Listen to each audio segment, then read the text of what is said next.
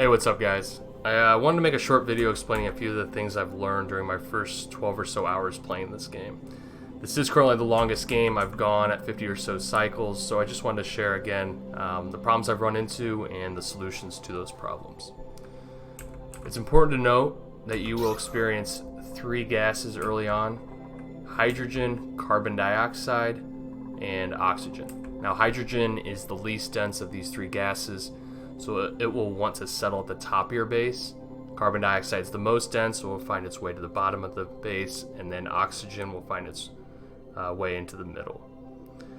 Early on, I had an issue where hydrogen was accumulating within my individual rooms, as you see in this room right here.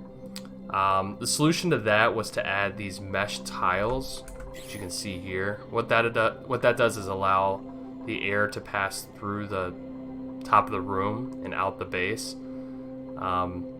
It's important to add these just so the hydrogen can find its way to the top of the base and away from your dupes.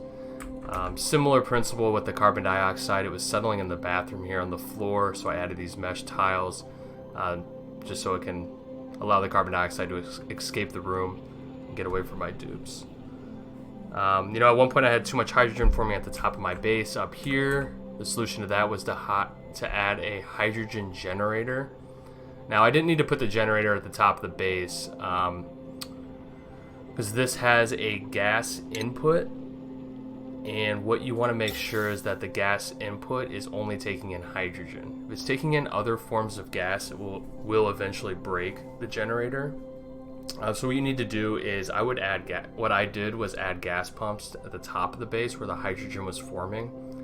I then sent the air that was being pumped into the gas into an air filter, or to a gas filter rather, and then had the filtered output be the hydrogen, which I sent to the hydrogen generator, and then the other output was all the other gases which escape back through the gas vent.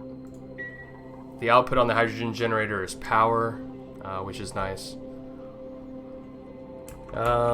Same problem with carbon dioxide forming at the bottom of my base. The solution for that was to add carbon skimmers. Now, carbon skimmers are going to take in fresh water, remove the carbon dioxide, and output polluted water. You'll still find hydrogen forming at the top of the base, even with these solutions, and you'll find carbon dioxide forming at the bottom of the base. I have a lot down here. What I've found is as I go, I continue to build upward and downward just to give space for these gases to settle away from the dupes, and then the oxygen will find its way in the middle. So I do need to continue digging downward, and that'll move the carbon dioxide lower, allowing the oxygen to settle in the middle where my dupes are spending their time. My next issue was around power. So I learned the hard way that you can't just have one power source, one circular wire connecting everything. If you do that, you're going to run into overloading on the wire, as you see here.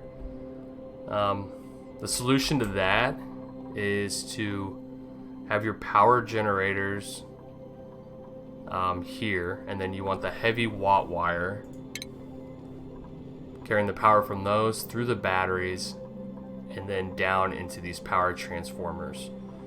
So the heavy watt wire cannot go through walls or doors and has very bad decor, and so that's the purpose of these power transformers. It goes from it allows the transformer to go down from the heavy watt wire to the regular thin wire. And then for each of these, I just make sure that each of these lines remains under 1,000 watts. That's the limit you can have on these wires, and you can hover over each line to see exactly the power consumed. So this is 270, 860, 720, and 720. So I'm remaining below the 1,000 on each of these lines.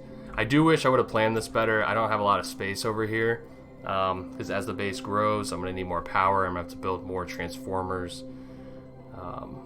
and I don't have a lot of room to grow.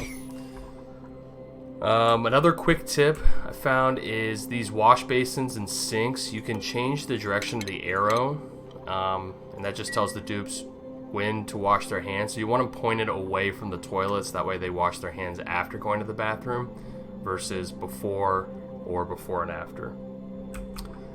overall, I'm sure my base is a mess, lots of issues. I still have a lot to learn, but I just wanted to share some of the quick tips, some suggestions, and some of the things I came across early on. Hope this video helps you out.